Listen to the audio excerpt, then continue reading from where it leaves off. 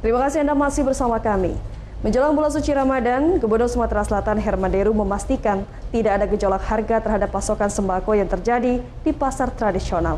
Hal ini diungkapkan usai meninjau bahan pokok di Pasar Sekip Ujung Palembang dan Pasar Kuto Selasa pagi.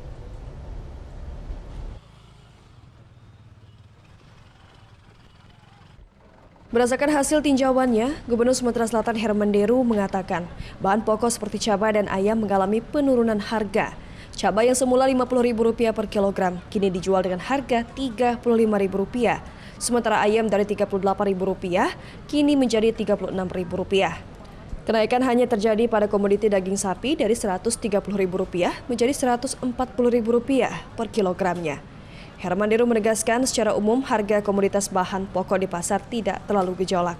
Sementara untuk menjaga stabilitas komoditas bahan pokok di pasar dapat dilakukan dengan tetap menjaga ketersediaan dan kelancaran distribusi suplai. Pemprov Sumatera Selatan sudah berkoordinasi dengan kepolisian dalam rangka menjaga kelancaran proses distribusi bahan pokok dan mencegah penimbunan oleh pedagang nakal. Ini Pak Kapolda, Pak Kajati, Bulog, DPRD, dan semua pihak dinas-dinas dari provinsi dan kota meninjau langsung harga. Jadi yang kita tanya adalah seminggu sebelum ini dan saat ini.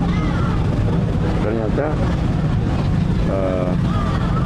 belum ada perubahan yang mencolok.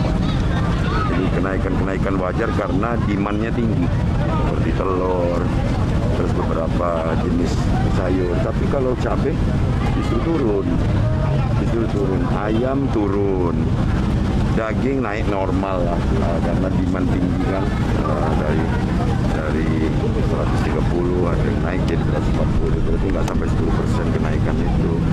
Dan Gubernur Sumatera Selatan Herman Deru juga berharap warga tidak panik buying dan membeli komoditi sesuai kebutuhan saja demi menjaga kestabilan harga. Dari Palembang, Bambang Irawan, iNews melaporkan.